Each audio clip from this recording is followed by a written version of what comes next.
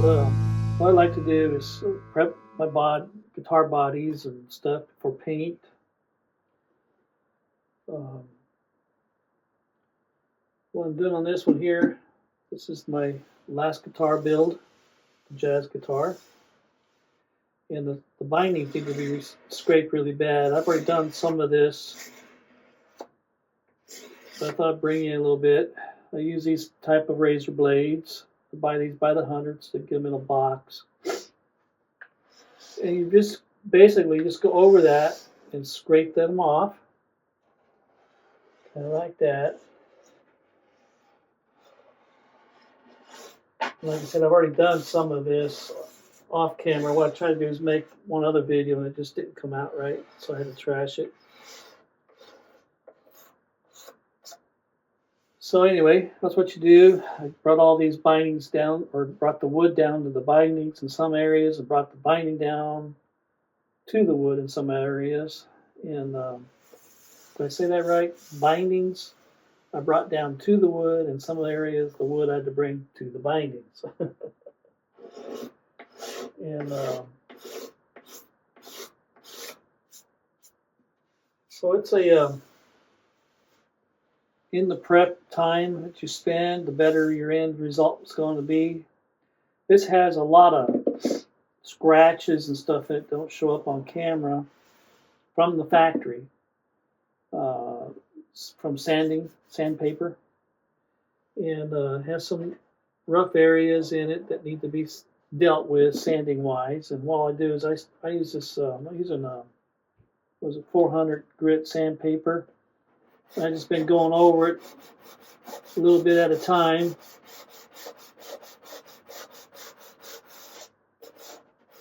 Just getting all the little glitches out of the wood and binding.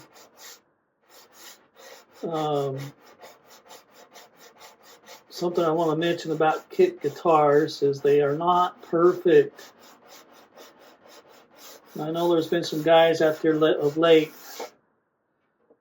buying these little bit higher end kit guitars, throwing them together and playing them. Well, you can do that with any kit guitar if you want to. You can throw it together and play it. Is it going to be right? I doubt it.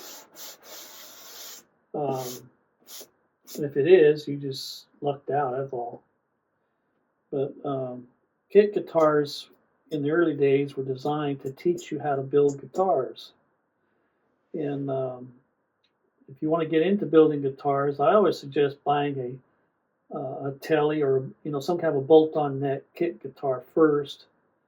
And at least it teaches you the basics of how a neck goes on, how you gap it and all that stuff, and how you set up your intonation and all that stuff before you go carving out bodies and necks and all that. But if you feel really bold and strong and think you can do it, go ahead. And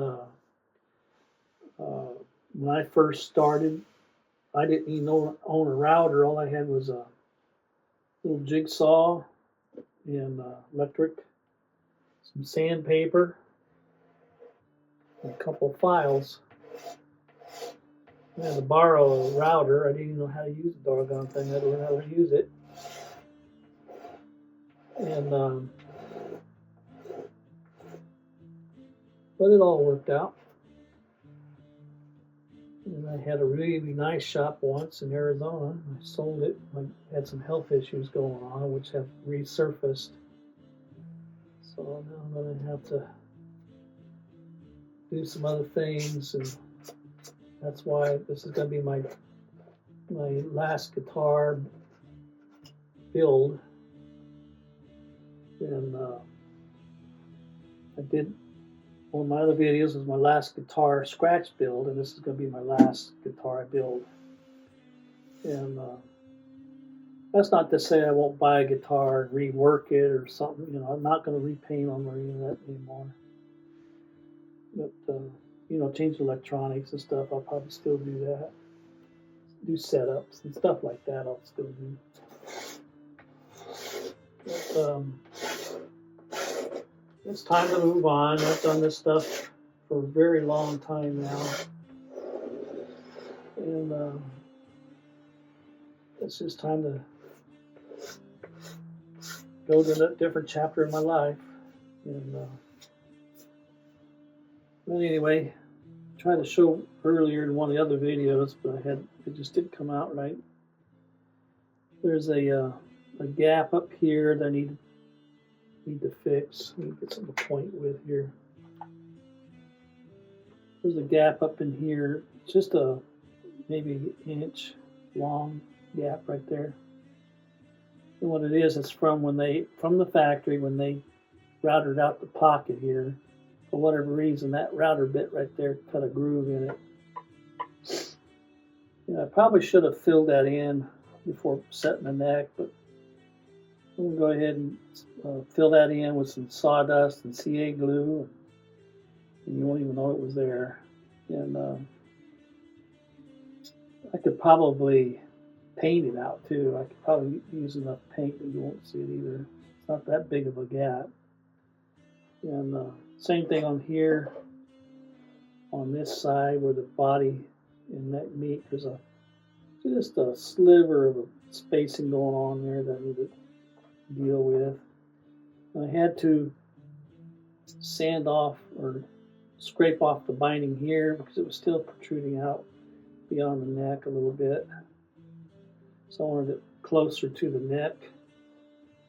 But basically what I'll do for the rest of the day, probably for the rest of the week, is just sand, scrape, and sand. So I need on the back side here, I'm going to shape the guitar neck some more here on the heel because I don't like the way this is shaping. So I'm going to do I may take some more wood and build this up some more in this area here. And see if that's coming out on camera where I'm pointing at. Yeah, it is. So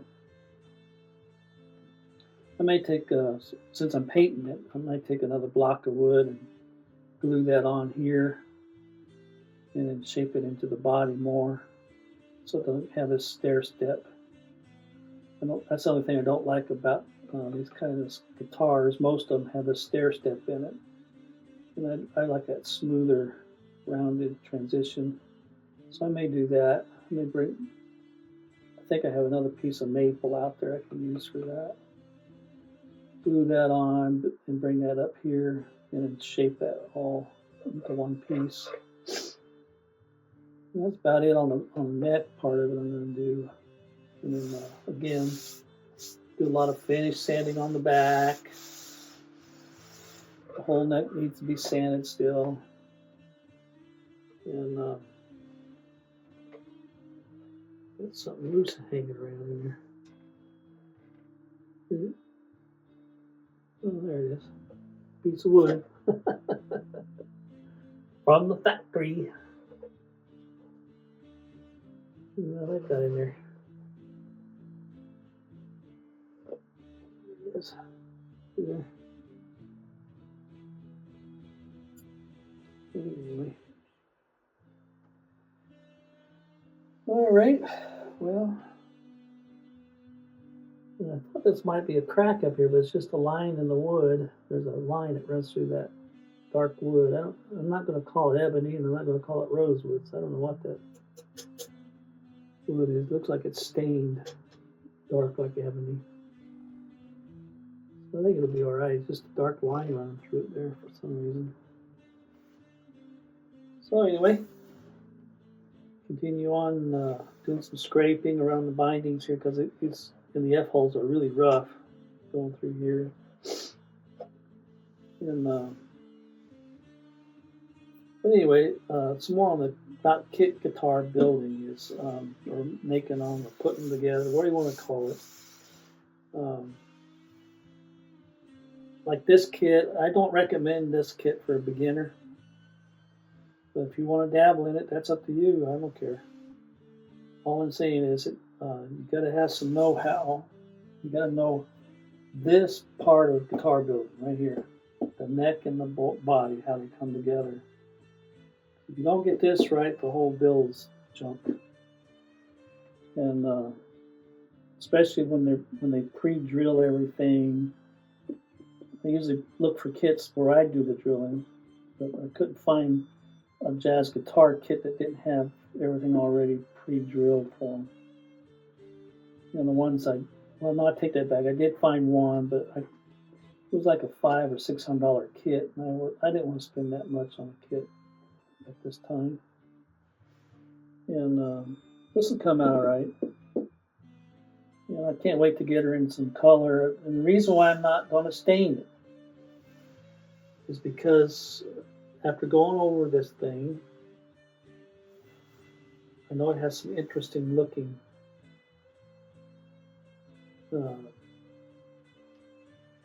wood here on the top, but I don't know. I didn't want to stain it for two reasons. One is when they put the bindings on this, that black in that binding has bled into the body. Two is every guitar I've made. Let's see, I got 1, 2, 3, 4. The last 6 or 8 guitars I've made is all on natural wood, and